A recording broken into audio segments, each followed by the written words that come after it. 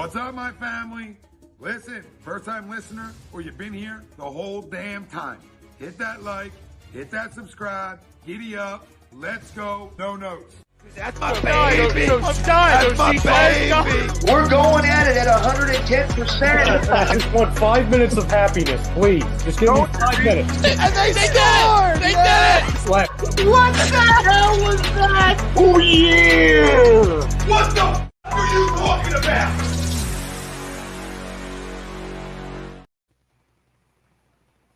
What's up, fam? It's Happy Hour on A2D Radio, and we are powered by the doc. That is Dr. Paul Vidal of Specialized Physical Therapy, LLC, with 2 locations in Burlington and Cherry Hill, New Jersey. Check out our doc. Make them yours, specializedphysicaltherapy.com.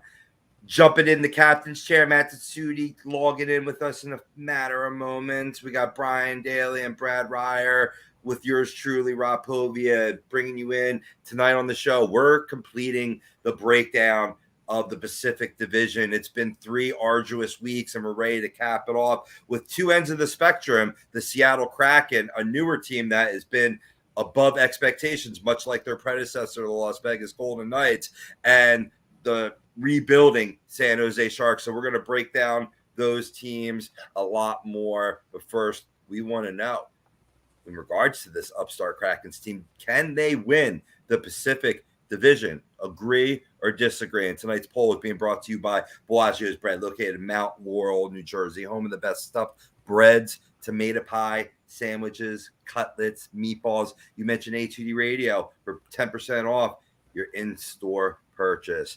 Before we get to this, boys, how the hell are you? How's your day? How's your week been? Finally getting some remodeling done at the house, so some long-term things needing to get done finally getting done. So it's been a hectic couple of days, but had the last 9 days off back in Jersey. Why, I don't know, but Best state in the union. Come on now, man. Anyway, no, I'm just kidding. There's a lot of good about being up here, but other than that, everything's good, man. Going back to work tomorrow. Then I'm off on Thursday. Righteously. Bradley, how are we this evening? Very good. Had a little procedure on Friday, but I'm back and ready to go. Nice. Rebuilt, recharged. You are the $6 million man. No, I don't think that's ever going to happen. Oh, man. You me both, brother. You me both. But there's plenty of rebuilt guys, castaways that were thrown about and elected to be drawn in the expansion draft when the Seattle Kraken joined this league 2 years ago. They put together a nice little package here. Yes, they have. I have to say. Well done on that. Good job with the segue. I always forget how good you are with those segues, brother. Segues and puns. It's the only thing that keeps me alive. So, Seattle Kraken, can they win the Pacific Division, boys? Agree or disagree? Who wants to jump on it first? I'll jump on it first. I totally agree with this. I think that this is a very good, hardworking, blue-collar team that knows how to play the game the right way, and they got rewarded a lot last year for it. It's another season under Hakstol, who was had a big question mark when being hired due to his, we'll call it, inconsistency here in Philadelphia. But he's shown that with this fairly young group that he has in Seattle, that he can utilize some talent here and there, and it's been a good showing for him. I mean, he had a bit of a rough first year, but first year franchise. Ultimately, more times than not, it's not going to be good. But he rebounds, he gets to the playoffs. They make a fairly deep run. I see a lot of it happening again this year. I think they take another step forward. Matty Beniers takes a huge step forward this year. I think the youngster. I think if he can get his attitude right, Shane Wright can be a huge asset for this team moving forward. You go out and sign Brian Dumoulin from the Pittsburgh Penguins, who's a solid second pairing defenseman. You shore up your defense a little bit more. I honestly, they finished in 4th last year. I can see them finishing higher. Honestly, I can see them with where things are in the Pacific Division with some of these teams. They could push and potentially be the 2023-2024 Pacific Division champions. You made a lot of the same points that I was centering on there, Brian. You know, you look at this forward team and young and old, there's some really strong forward pieces here. And then you have the two youngsters in Shane Wright and Matty and leading the future of this club. They have some great youthful talent to work around here too. So I think if things go right and, you know, in other words, we see Wright sooner than later, and Phil Grubauer, continues to work his game back to his days in Washington and Colorado, I could see them stealing this division. Sure. I think standout defenseman Vince Dunn will play a big part in Grubauer's success and this overall team success. And you said it also, bringing in a veteran like Brian Dumoulin should help out this defense as well, Brad. Yeah, I'm not sure about them winning the division. Okay, I'm not sure about them also going as far in the playoffs. I would disagree to the poll a little bit there. I think that they're not bad. Okay, look, Jared McCann had 40 goals last year. Is he going to do that again? I don't know about that. That's asking a lot. Vince Dunn is an outstanding player, probably the greatest player in the history of the team. I shouldn't have said that because now I'm giving things away. But foreshadowing. I like that tease for the shootout. 5 best all times coming up. Yes. Well, it is what it is. But look, I think they overachieved last year. I think that they kind of caught the league by surprise. A lot of these teams weren't expecting that. I think nobody will be looking past the Seattle Kraken this year, and I think they're going to have a tough hill to climb. I think they can make the playoffs? Absolutely. Do I think they can win a first round matchup? I don't know about that. As I said, I just think that they're found out now. Everybody knows. Don't look past them. They're a hardworking team. Don't get outworked. Go out there and make sure you don't let this team outwork you. They got some decent players. I'm not going to say that they don't. They're, as I said, I think they make the playoffs, but I don't see them getting out of the first round. I just don't. Vegas is Vegas, and they're a terrific team. Right. Okay, Edmonton is going to be a heck of a team again this year. It's going to be awfully tough. You still have the Dallas Stars, who are an outstanding team. There's a lot of teams that they're going to have to try to outmaneuver this year to get to the point where they did last year. To get to 6 games in the semifinals, that's asking a lot. I think that's asking a lot. I don't see that happening. Well, let me ask you this, because we did talk about this a little bit a couple weeks ago when we started doing the Pacific Division breakdown. We all know and agree that Vegas is a very good hockey team. Absolutely. So here's my question to you, Brad. Do you see, and this is probably something I should have asked a couple weeks ago, but do you see any kind of hangover for Vegas that kind of opens the door for maybe Seattle maybe kind of move up in the rankings this year? Oh, sure. Look, every team has that. Okay, I mean that's a fact that hangover. Okay, I mean we kind of talked last night with our boy Doug about that, in prior shows about, Doug Minkevich about the Red Sox and when they won, it's sometimes the veterans, it's a little hard for the veterans. The young guys, they're ready to go and they're at it. The veterans, it's like they took their whole career to get there, and sometimes it takes a little bit to get them rolling. So we'll have to see about that. But I think Vegas is still the cream of the crop in that division. And, Edmonton and the Kings are not going to just let the Kraken walk in and steal their playoff spots. It's just not going to happen. But as I said, I do think they'll finish 4th again. But I think that they'll be a menace to whoever they play in the first round. And if you don't match their intensity, they will beat you. But again, I think I think now they're found out. Everybody knows what the deal is with with Seattle. You better come and you better play, because if you don't come out and play 3 periods and play 60 minutes, you're going to get an L. You're not going to get the W. So you better go out there and show up. If you show up, they're pretty good, but they're not a great team, and they can certainly be beaten. So I kind of look at them, and I could see maybe one step backwards. Regardless of whether Beniers does better or some of the other young players, even Wright, there's still a couple of players who played, I think, a little over their heads. Jared McCann for one, Eberle for another. I don't know that they're going to do that again. I don't know necessarily if McCann did play over his head, though, man, because he was a high prospect when he was drafted, and it just didn't come to fruition in Vancouver, in Florida, in Pittsburgh. But if you find the right system and things click, maybe it does continue. He's accumulated 13.6 point shares in 2 seasons with the Kraken. That's a pretty lofty number. That's an estimate of.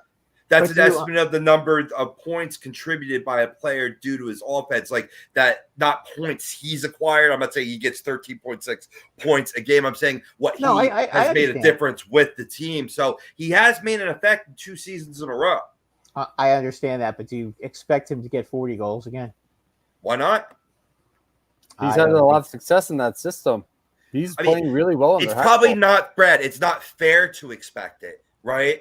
But okay, that's probably. I think that's probably a better. That's probably a better way to put it. I think you're right. Not fair to expect that. I think it's kind of hard to expect anybody to do it twice.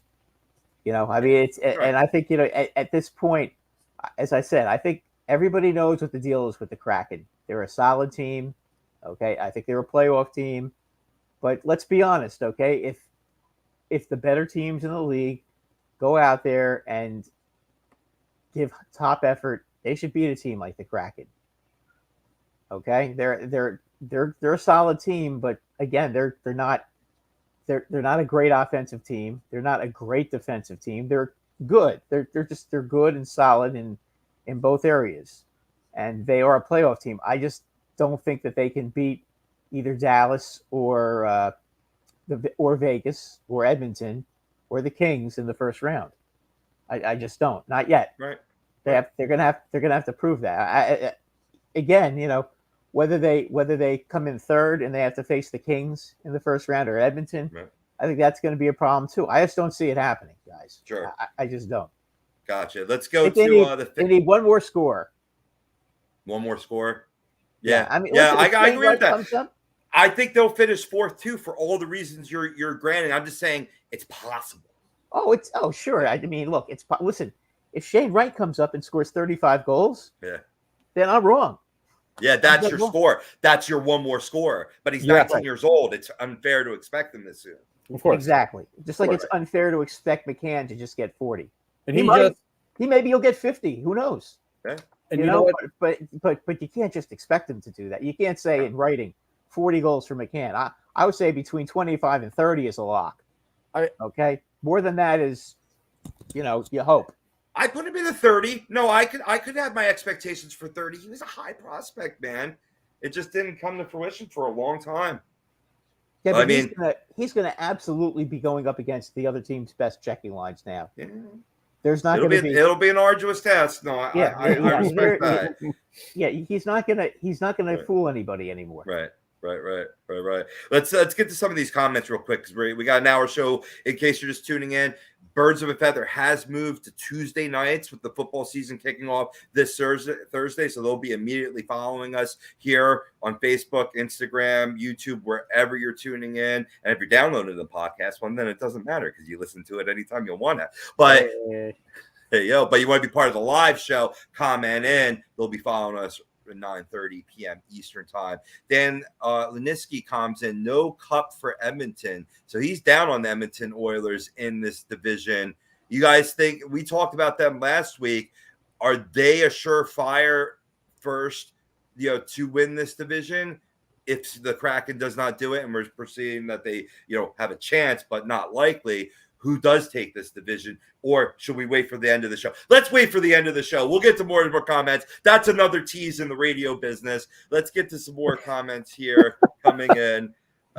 We got Peter Evans chiming in from Birds of the Feather, who will be chiming in or coming in live right at the end of the show. Great combo, boys. We appreciate you, man.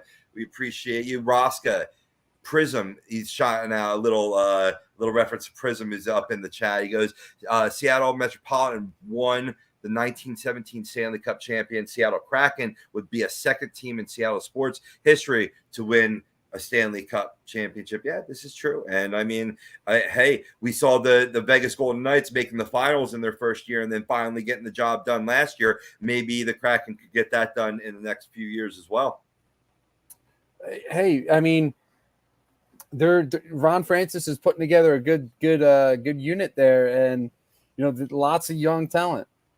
If Shane Wright can mature and figure out a way to season himself a little bit more with his playing ability at the NHL level, he hit on 2 major picks, and that's huge. If they can continue to build a solid defense like they have now, I mean, I'm not completely sold on Philip Grubauer, but we've also seen, and I feel like this is like the 5th week in a row I'm saying this, we've seen mediocre goaltenders win Stanley Cups with good defenses in front.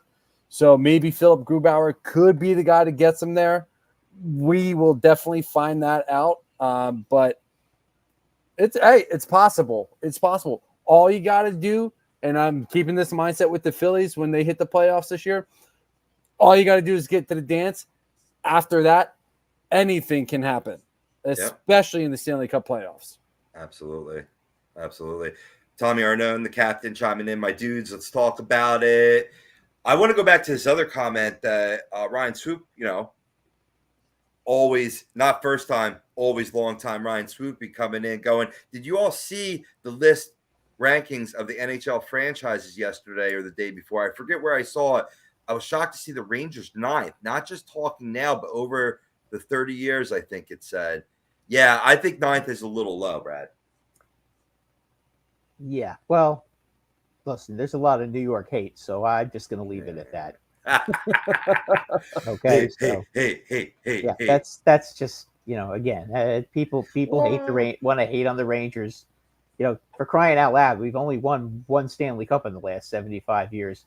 What's there to hate? I can understand the hate on the Yankees. Okay, that I get, but I don't get it with the Rangers. Well, maybe that's what it is. It's that it is only 1 Stanley Cup in that time period, and there's been some down years. But I think this team has been a perennial playoff team over the course of I've been a hockey fan. Anytime I play the New York Rangers, my team plays New York Rangers, you got a game up. So I mean, I don't know. I think 9th. It's hard to take an original 6 team and take them out of that 6.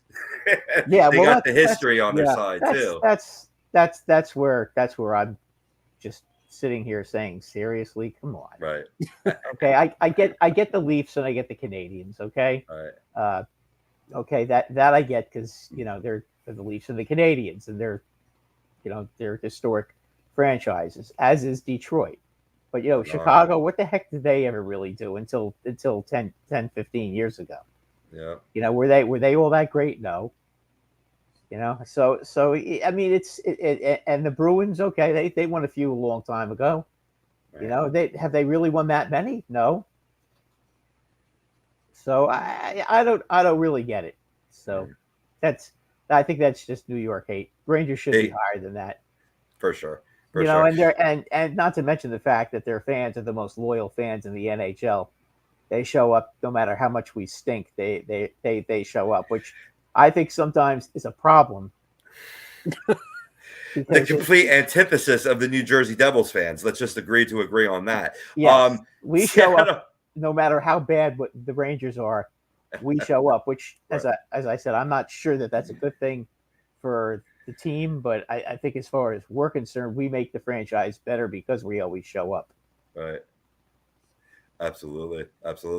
I see the original comment here by Priz. First of all, saying, what's up, Pove, Brad, and Brian? Seattle is a modern version of that Carolina team that won the Cup. That's an interesting comparison. That's a good comparison. That's a very good comparison. I agree. I see a lot of that. Like I said, to kick things off, they're hardworking. They're a blue collar team. They have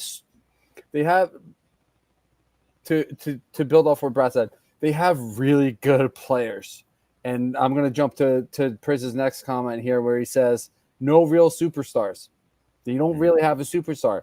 They may have two in the making here in Matty Beniers and Shane Wright, but those guys are still developing. Shane Wright in the AHL to finish off the season last year. You got Matty Beniers playing, I believe it was his first or maybe his second full season in the NHL. So he still has some growing to do, some maturating to do. So he's probably, I'd say, 2 years from hitting his prime. So Ron Francis has done a good job in this expansion draft to really build a solid roster. To say good or great is still to be determined, I think. But he's also shown to have drafted a lot of hardworking players that bring a lot of different intangibles to this game, to this team, to their lines. And I think that does a lot of good and has a lot of positivity in that locker room, a lot of good buzz.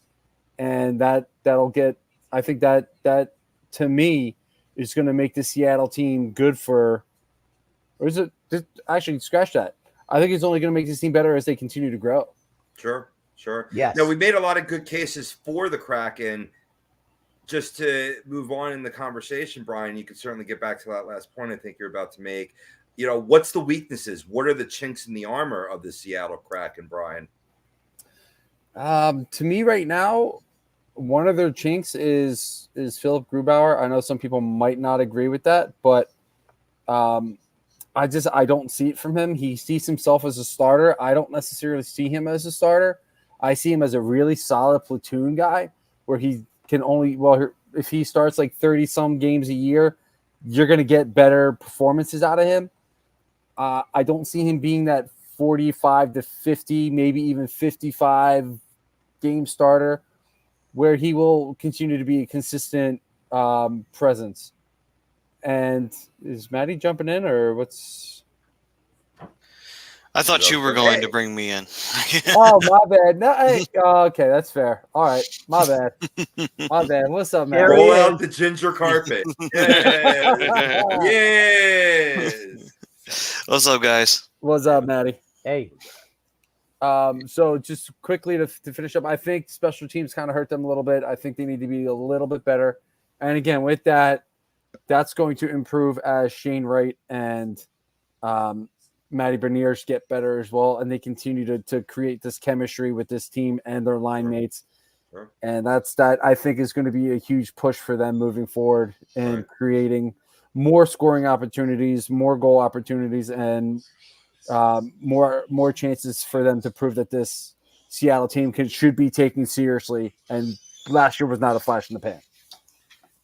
Philip Grubauer coming off a 2 sub-900 save percentage seasons does have a lot of proof. Good point there. Matthew, want to bring you in, man. Get your reaction to tonight's poll, which is the Seattle Kraken can win the Pacific Division. Do you agree or disagree with that statement? I will disagree. But the reason I disagree is not for the fact that the team can't be competitive. I think it's from the fact of I think, honestly, I see the Pacific Division being a little bit tougher to get your hands on. I think that the Golden Knights still have a very good shot of taking another division title. I don't think that's going to change. I feel like the Kings are getting better every year, so they're going to be a team to look out for. And the Oilers, of course, are always the Oilers. And you never know if they decide, hey, you know what, let's just destroy the rest of the division and go straight for a division title. I don't know. It seems like there's too many variables for me. I feel like the Kraken could be a frustrating team in that division. They could be one of those thorns in the side of those kind of teams. I think that they could be ahead of LA, but I mean, Edmonton, if they have a bad start to their season, like a really bad start, or they have a really bad second half, maybe things change there.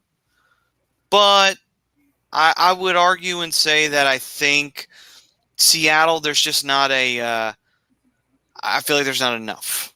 I feel like that won't get the job done for them to win the division title, just because it's going to be a tougher division to win as we're moving forward with the rise of LA, Edmonton still being around, and of course we never know what Calgary's going to do. They might actually decide to have a good year, and then of course there's Vegas that are definitely shoo-ins to win it again. So yeah, I disagree. No, fair enough. And keep the comments coming, people. You've been doing well all night. Agree or disagree with this, anything you want to get off your chest, talk to us about.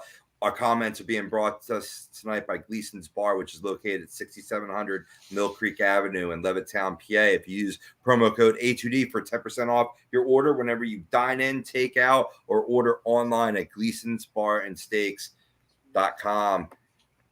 So moving forward, in terms of this Kraken team, right? What we talked about, what needs to go well. We talked about, we got Brian's weaknesses. I want to, Matty kind of gave both sides of the fence there. What does this team need to work on, Brad, in order to, forget about winning the division, just being in maybe potentially the top three and being able to make a somewhat strong run in the playoffs? Oh, their power play, without question. I mean, look, every team who's a little bit weak offensively has got to be strong on the power play if they're going to have success. Okay, Seattle kind of plays a defensive-minded game. They're more of a counter, they're more of a counter team, that's fast. And if you make a mistake, they're fast and they'll capitalize on it, and they can beat you back down the ice. But they've got to improve their power play. If they can improve their power play and get it to about 20, around 24, 25% this year, I think that could be the turning point, and that could be the tipping point to get them over the hump and get them to the point where they could challenge for the division. But that's got to happen. And I think the only way that happens is if you get a lot of goals from Beniers and Wright comes up and has a positive effect on the team, and put some pucks in the net.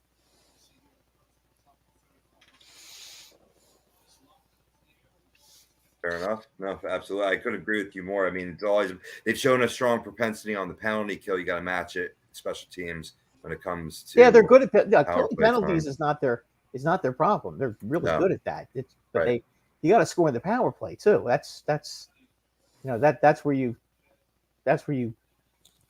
get better and better, because you can have a bad night 5-on-5 and you can be totally outplayed 5-on-5 if your goaltending keeps you in it. The power play is when you have to stomp. Right. Absolutely. So look at a couple more of these comments here. Chuck's chiming in. Yo, gentlemen. Hey, we're going to be talking to you at 9:30 in less than 25 minutes here, following us, Birds of the Feather, again on Tuesday nights, following us. Yeah, Philadelphia Eagles coming up. Yeah. What do we got on Thursday? What's the Thursday night matchup? It's Chiefs, right? Chiefs and Lions. Chiefs and Lions. That should be pretty good. And by the way, now our friend Travis Kelce is right. Questionable. He got injured today. Oh yeah, he hyperextended his knee. Hyperextended knee. So we'll see how bad it is. He may miss game 1. If they were playing on Sunday, he'd probably play. But oh well. Don't worry, Mahomes will throw it to somebody else. That's just what he does. What's up, Briz? So with the Kraken and such, was there anything else we needed to talk about with them, or are we good to switch to the second period? We're good. I'm good. I said everything I need to say. All right. I think it'll be interesting what we get from Adam Larson, Jordan Eberle, these guys that have been, good character guys. You know what I mean? Do they repeat that performance? In the end, that's what you need. You need basically all 12 forwards working together with the 6 defensemen. And they got good leadership from Hakstol. That's the important thing. So, we know that, we saw that here in Philly. And it'll be the young pups that'll put them over the edge, and whether that be this year or the next. Right. Okay, so with that then, the first period sponsors brought to you by, if you're looking to buy or sell a home, or you have a change of career in brokerage, you can go to Alan Foy at exprealty.com. You can give him a call at 302-682-8820. eXp Realty LLC, if you're going to make a move, you want to do it right, Alan Foy's the guy to go to, because that's always a big step in life. You don't want to make a mistake doing that. Okay, then. So with that, on to the San Jose Sharks. So, as we may know, the Sharks have not exactly been a stellar team to watch the last few seasons. They had that great run in 2019, which resulted in them going all the way to the Eastern Conference Finals. Unfortunately, the organization bought a little bit too much into that, thinking that they were still a viable competitive team in the Western Conference. They were to find out the hard way over the next 3 seasons that is very, very much not the case. With the regression that Carlson suffered due to his injuries, which eventually led to him getting the trade because the team decided to go into rebuild mode. The trading of Joe Thornton away, which was a big loss in leadership. The loss of Joe Pavelski to the Dallas Stars. Patrick Marleau aging out. This team, pretty much for the most part, was no longer a viable contender. Yes, you still had Logan Couture, Tomas Hertl, and you had Timo Meier for a few years, but it was obvious that, this team needed a rebuild. Now that they're doing this, question for you gentlemen, are they doing everything the right way? Or do you feel like they could do more? Or do you feel like they're doing exactly what they're supposed to do? And Prism saying, Brad's reasons for hating my Blackhawks need some clarification. Is this over Amonte? What, that Amonte was kind of a dog in New York, and that he stopped being a big baby and relying on Messier to set him up all the time and play better? No, wow, that has nothing to do with it. Besides, we got some pretty good players for him. I love it. Me too. Just remember, Noonan and Matteau were pretty good in the playoffs, especially Matteau, in case you guys forgot, or if anybody forgot, the wraparound goal against Brodeur in double overtime Game 7. Just thought I'd mention that. Just throw that little tidbit out there. Yes, because that was kind of important. They needed to bulk up, and Amonte was good, but you know what? He was too soft with the Rangers. He changed his game when he got to Chicago. The little kick in the butt kind of worked. Soft. SAWFT. Besides that also led to Alex Kovalev going on the first line with Gressier and May and Graves. So I think that was probably the right thing to do at the time. Sure. Even though he scored probably 500 goals, Right. We still they won the cup, so right.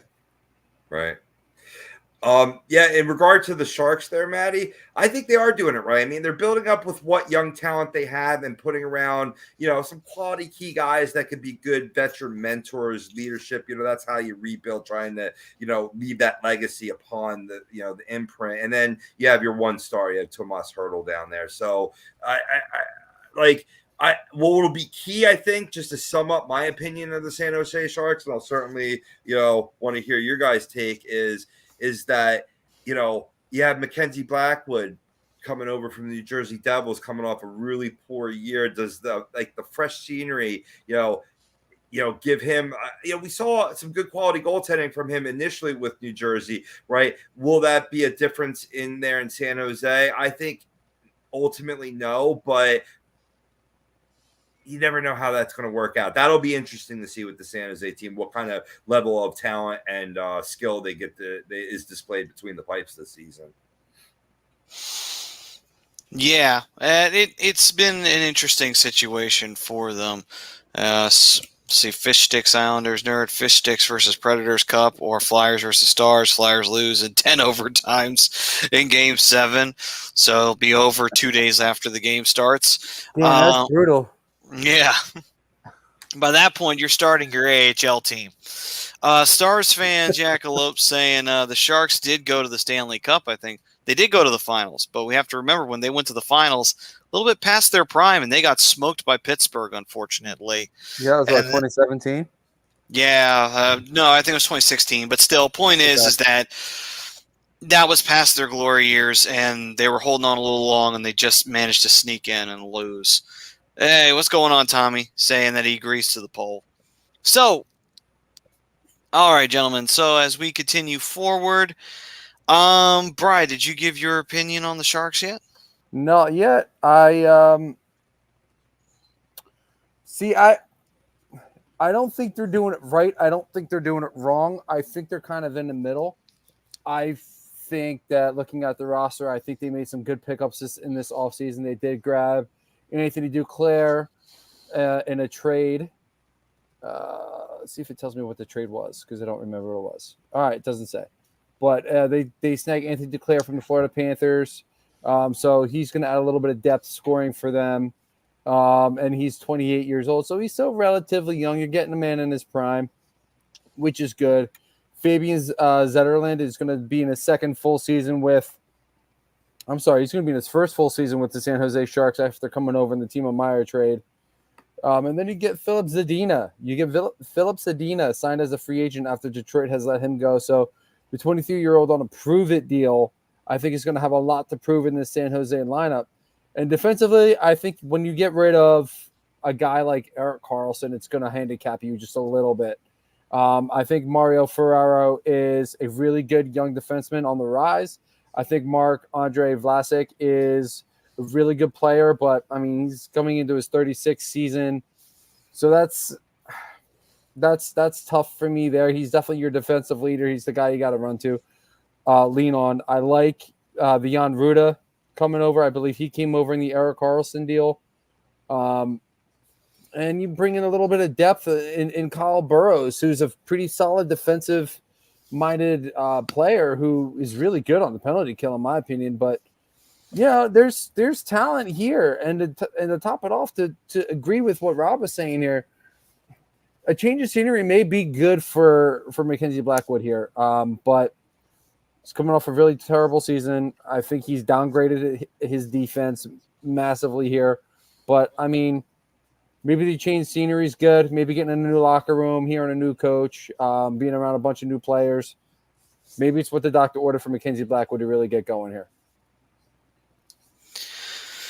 Yeah, and sometimes that does happen. You change sceneries, and it helps elevate your game. You get a chance at a new lease on life in the NHL, and that's what you really needed. Typical Canucks dork saying, "What's a cup? And why does it smell like Vancouver burning twice?" I don't know what a cup is. They're Flyers fans. Kidding me? Joe saying 37 days until the Flyers piss off every other night for 7 months straight. Oh, God. At least they're consistent with it. Yeah, that's true. True. And then Canucks dork says, hot take, Canucks go to the Stanley Cup against New Jersey, and we get swept, and we burn both Vancouver and Abbotsford, and then buy tents and compound in Quebec and pretend to be a new team. Hey, finally get that team in Quebec. There you go. And all it took was Vancouver burning down their city. Yeah, Dev Hills Kings fan saying, so that means we get to piss off Philly and New York and Pittsburgh. Yeah, sounds like it. Wait, so we all agree around the league the Devils are the next dynasty? Well, I'm not so sure about that. I'm not going to say that. No. It's hard to have a dynasty anyway this day and age. The only reason that it worked out for Tampa was because, well, after Pittsburgh had their turn, it was Tampa's turn. So, yeah, basically. Yeah. I'm still trying to figure out why Tampa Bay came out with all this money to pay all these people. Right. At least $5+ million. And there's at least 7 or 8 guys on that roster that are making that. Maybe where they're getting this money from, I don't know. Maybe, unlike Florida, maybe they went down to Miami. Maybe they talked to some of the cartel people and they took some drug money, and that's how they're paying the team. I'm thinking there's got to be some shady shit going on. Dude, don't even talk to me about cartel stuff right now with the video that I just freaking saw. Oh, my God. It's going to haunt my dreams. Oh, my God. If you don't know what I'm talking about, don't go look it up, please. You won't find it anymore anyway. Don't go look it up, but you can find it here. Anyway. We're short on time. I don't want to. All right. So, Brad, how do you feel about the Sharks and their rebuilding process? It is going to be a long, long season in San Jose. I'm sorry, but you know what? They're going to have to go through this year, and hopefully, they can get another high pick. They can move a few more bodies out, bring in a few good young players. This is going to be painful for San Jose and San Jose fans. But Blackwood, I don't know what happened to him, but he has not been the same guy. 2 years ago, he looked like he was going to be one of the top young goaltenders in the league, and it's like he fell off a cliff. I don't understand it. Maybe he can bring it back, but you know what? With a defense like this, I don't know how he can do it. I mean, look, San Jose was bad enough, and then you trade Erik Karlsson, who had 75 points last year. Where's the offense going to come from? Where's the defense going to come from? And the goaltending is extremely questionable. I understand they've got a couple of promising young players, but they need to be bad for maybe 2 or 3 years. They went and they did the worst possible thing after they got to the Cup Finals. Okay, they kept all their players together, and they let the roster age out and had no minor league system. So now they're paying for it. I mean, you can't. You have to be willing in the NHL, especially in the age of the salary cap, to move guys out and bring guys in. You have to. You can't just have 30 plus year old players. All your players be that old, and not bring in some young talent. I mean, I love Thomas Hertl. Don't get me wrong.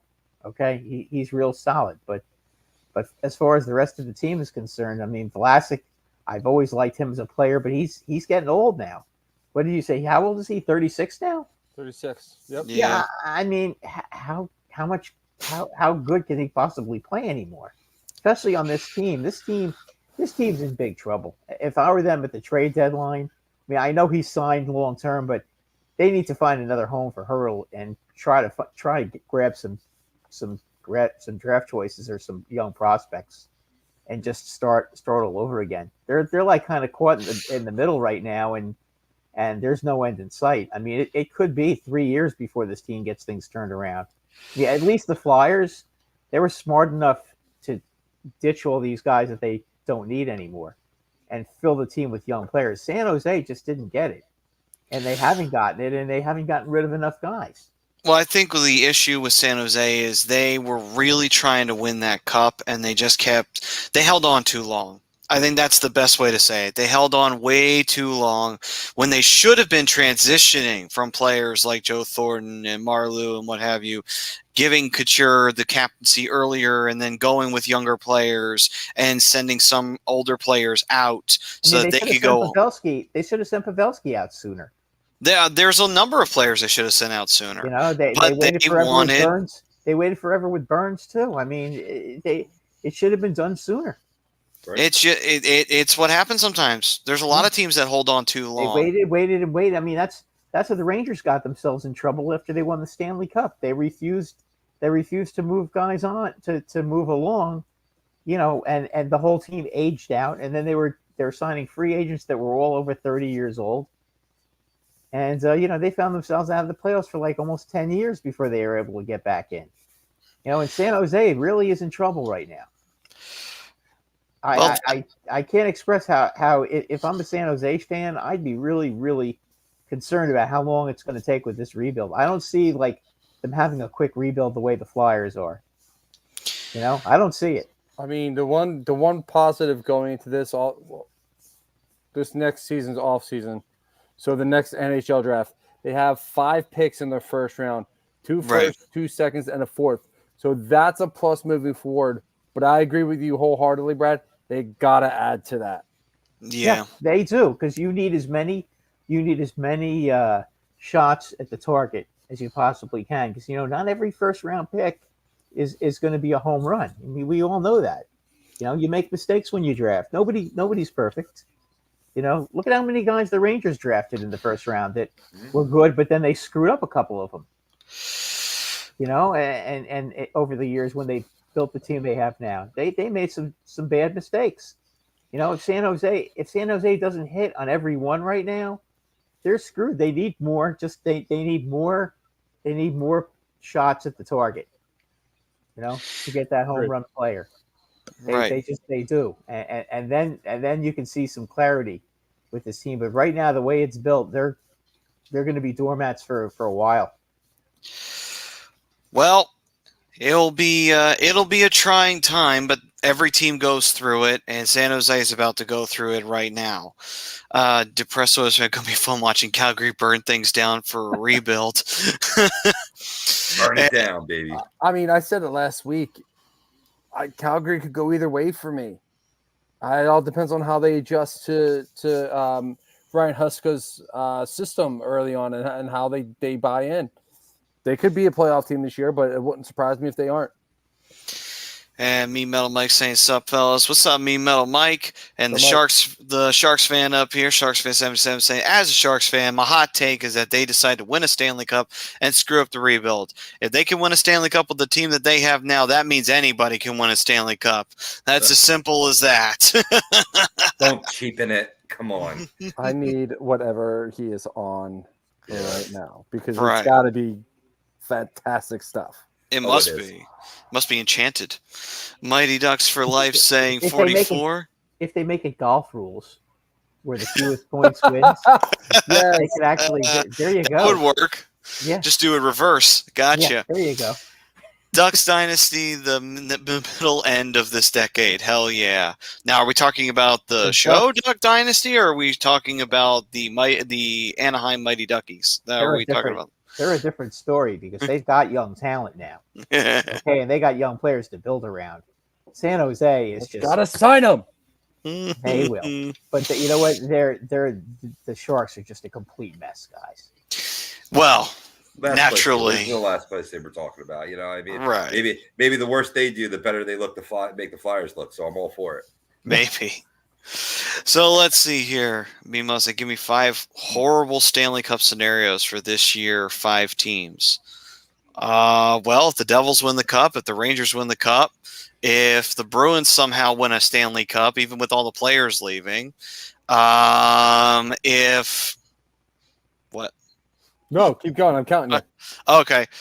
And if somehow, some way, Pittsburgh goes on a run again, wins another fucking cup, I pray to God that never happens. And then finally, if somehow, some way, you see a team that absolutely doesn't deserve to win a cup, winning it, like, say, I don't know, fucking Toronto. Why? Because I don't want the Flyers to have the longest Stanley Cup drought. So, fuck Toronto. They can't have one until we get one next. Simple as that. Sorry, Austin Matthews got to go. My big horrible Flyers, scene. The Toronto's 6 years ahead of the Flyers, aren't they? They are. But still. 67 to 70. No, it's eight years. Because the Flyers won in 74, 75. So it's 66, 67. Yeah, it's 8 years. So they have an 8-year head start on you. So you're going to have to really stink for a long time for that to happen. I think the way the Flyers are building right now, I think that they're kind of 3/4 of the way through the tunnel right now with the rebuilding. Right. Rob, what were you going to say? There's a light at the end of the tunnel. Right. Robbie, what were you going to say? What's that? Oh, just a horrible scenario that I want to avoid is a Stanley Cup that nobody wants to watch, like Florida, Arizona. You know what I mean? Like whatever's good for the league and promotes it, because I see a lot of forward momentum for this. There was a lot of danger of the NHL falling out of the 4 majors, and I think it's firmly back in there at this point, in my opinion. Agreed. All right, gents. So with that being said, we've talked about San Jose. They're going to probably be last place in the Pacific Division. You're going to say second to last. I think Anaheim's going to be worse. Oh, okay. So you think Anaheim's going to be dead last and San Jose will be 7th. Okay, gotcha. You have a goalie, though, at least. For now? For now, yeah. Maybe he gets traded at the deadline. Who knows? So we got Alex Stalock. Let's go. Number 1 pick, baby. Stalag. Well, that'll be guaranteed if that's the case. So, with that, moving on, we go to the third period, and the second period sponsor is sponsored by who, gentlemen? We're gonna say Alonze Travel for now because we're still waiting on that new sponsor to officially come on board. Okay. Yeah, Alonze. Hey, can I? You know what? Matty, let me speak on this because I am about to head to Disney in under a month now. Oh my god, or a little more than a month, I should say, for Halloween week. So I wish it was under a month. I can't wait. Alonze, they help me out, and they're specialized in creating the vacation of your dreams at Disney, Universal, or wherever your heart calls you. Let their talented team of travel experts create a custom vacation for you without any of the stress. Tell them A2D Radio sent you. Alonze, let's go. Let's go. Take the trip. Absolutely. All right. So, Rob's excitement has permeated through. Unfortunately, it did not find its way to Russia and to Matvei Michkov to join the Flyers because Matvei Michkov has officially been scratched, and it's not looking all that promising right now that he's going to be at training camp this year. Does this cast some doubt into Danny? Because Danny did make this pick, and there was already red flags up about Michkov to begin with. There's a lot of people who are saying, are you sure that this is a good idea? Because this might not work out for you guys. A lot of people are worried about it. I think it means he might actually come over here sooner, assuming that he's not secretly injured and they're labeling it a healthy scratch. Because I don't trust anything that comes out of Russia at this point. Right. You know, if he's injured, then that's a problem. But as long as he's healthy, I think this is an example of him being a problem in that locker room, saying, let me go to North America because he wants to be here as of yesterday. And I think that's what's going to result is that he comes over here sooner than later. Another amen. Please. Not on the show tonight, but I'm 100% with Robbie. I think this is just saying things that I think that he's gonna come over sooner than later. Michkov has been scratched the first 2 games. He was playing the third, so I'm not exactly sure what to speculate from all that. A lot of people are saying that he's going to come over for training camp. I don't think that's going to happen. I think he's going to come over when the KHL season is done, and he's going to be in camp next season. But I think ultimately what it is with Michkov is it's honestly, I don't know, because I don't watch KHL hockey because it's kind of boring. And I can't read any of the names on the back because it's in Russian. Russian has such a weird language. Their H's are upside down. Their A's are backwards. It's the craziest thing I've ever seen in my life. But no, but seriously, Michkov is an extremely talented player. We knew when he got drafted by Philly and the way that he's talking that he wants to be in Philadelphia. So I think he's going to work his way out of the KHL. He's going to work his way out of his contract, and he's going to find his way to Philadelphia and ready for camp next year. And Kyle Pakenham saying Flyers prospect J.R. Avon on OHL camp. Interesting. And he also, Mimo Mike says, never heard of J.R. Avon. Anyone pull up his OHL starts or his OHL stats? I can. I'll pull it up. Give me 1 second here. And I know we're running low on time here, so right. So we're just gonna do that real quick, and then we'll head straight to the shootout. Then we've got Me Metal Mike saying Cutter is extremely talented. Well, we definitely know. That's why we want Gauthier here as soon as possible. Put pen to paper. Let's go. Come on, roll down. So, while you're looking up the stats there, Bri, I'll give the read for the shootout, unless there's anything else we wanted to bring up in terms of Michkov. Nothing? Brad, do you have anything you wanted to add to that? If they're scratching him, excuse me. Bless you. Thank you. If there's nothing physically wrong with him, who cares? The Russians are all full of crap anyway. Yeah, you know that the guy's a great player. They're playing games, so yeah. Okay, I wouldn't. As I said, unless there's an injury, don't worry about it. Just relax. There's just, as Aaron Rodgers said, relax. You saw in the preseason how his playing time was depreciably going down. He was centering the second and third line all of a sudden to get in a few minutes towards the end. Then he got healthy scratched in the last preseason game going into the season. There's something fishy going on. Yeah, you know it. Yeah, for sure. They're Russians. They're being Russians. What do you? They're being Russians. All right, so I have JR stats here. So in the regular season last season with Petersburg Pete's of the OHL, he played in 59 games, had 60 points. So he's been averaging about a point a game. Even going back to last season, where he played 64 games and had 68 points. In the postseason this past year, he had played in 23 games, which I'm assuming is all of them. 9 goals, 6 assists for 15 points. But he did rack up a bunch of penalty minutes. His plus minus for the regular season was a plus 21. So, hey, maybe this kid JR could be another the radar gem, maybe moving forward. We'll see. Maybe. So, with that, we will move forward on to the Morgan Frost drama. Yeah, we know. We will move on now to the shootout as we're running to the wire here. And the shootout is brought to you by Specialized Physical Therapy. If you got any aches and pains, go to Dr. Paul Vidal. Make an appointment at specializedphysicaltherapy.com and head either to Burlington or Cherry Hill, New Jersey to get those aches and pains taken care of. Okay, gents, so the shootout topics for today is, as normal, keeping up with the theme for what we've been doing in this offseason, is the top 5 all-time Kraken and Sharks. There is a Pacific champ one, so that'll be a pick for who wins the Pacific Division.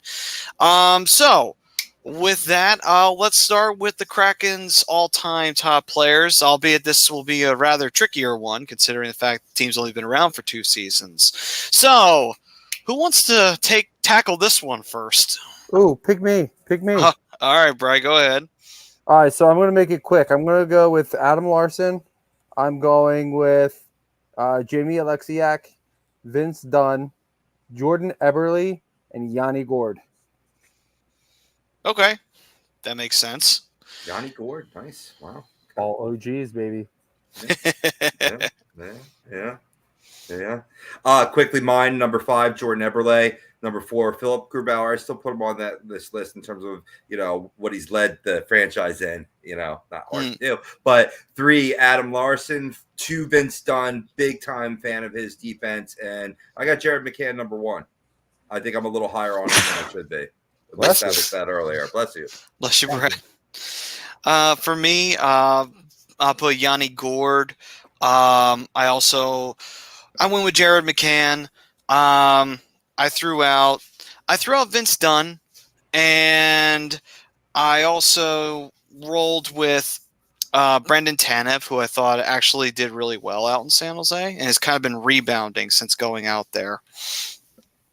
And then the final one from that, I'm going to go with I decided I was going to roll with crap, I had his name and I lost it.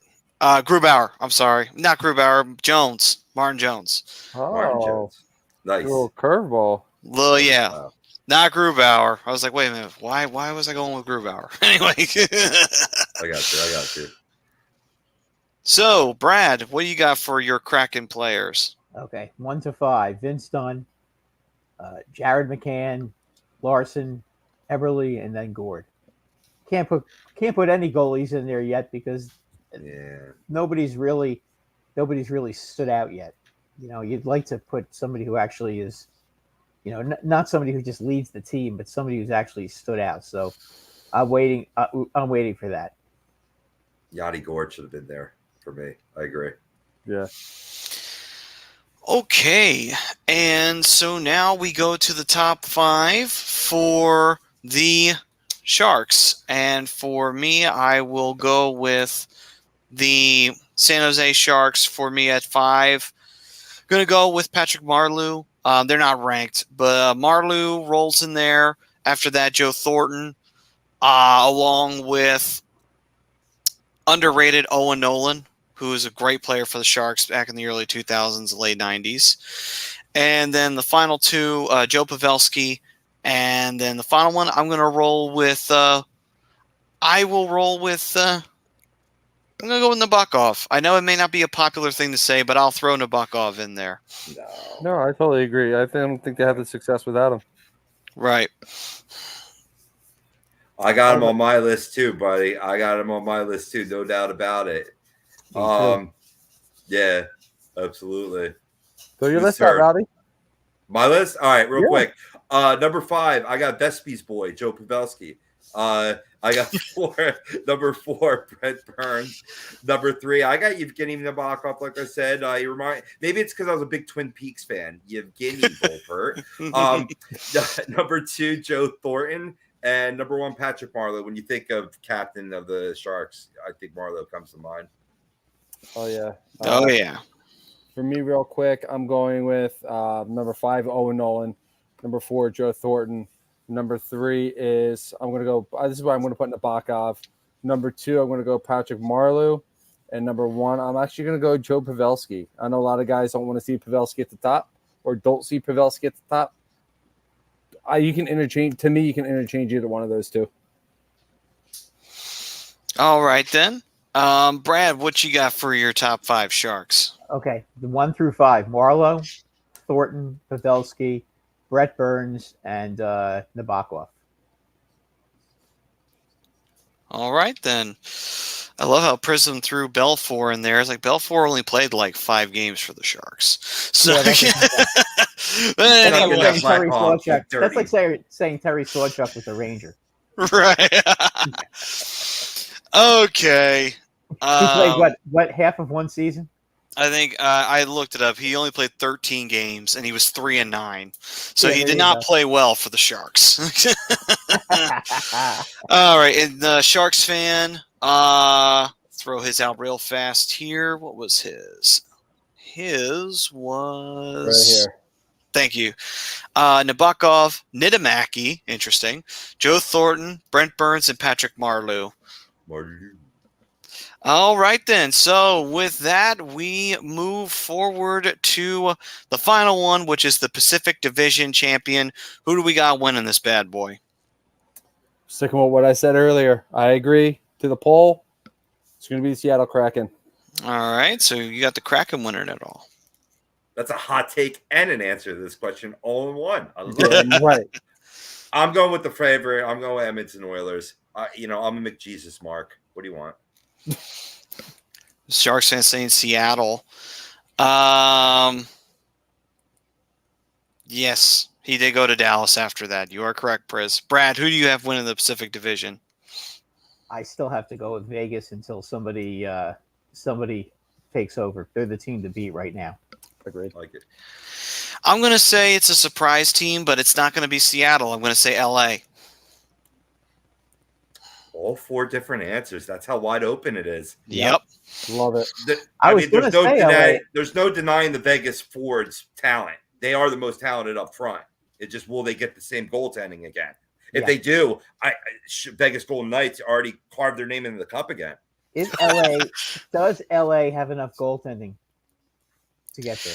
Here's the thing. That is a question, but at the same token, though, in a full 82 games, you could be surprised. Teams can come out and go on these hot streaks, and they could ride momentum waves. Sure.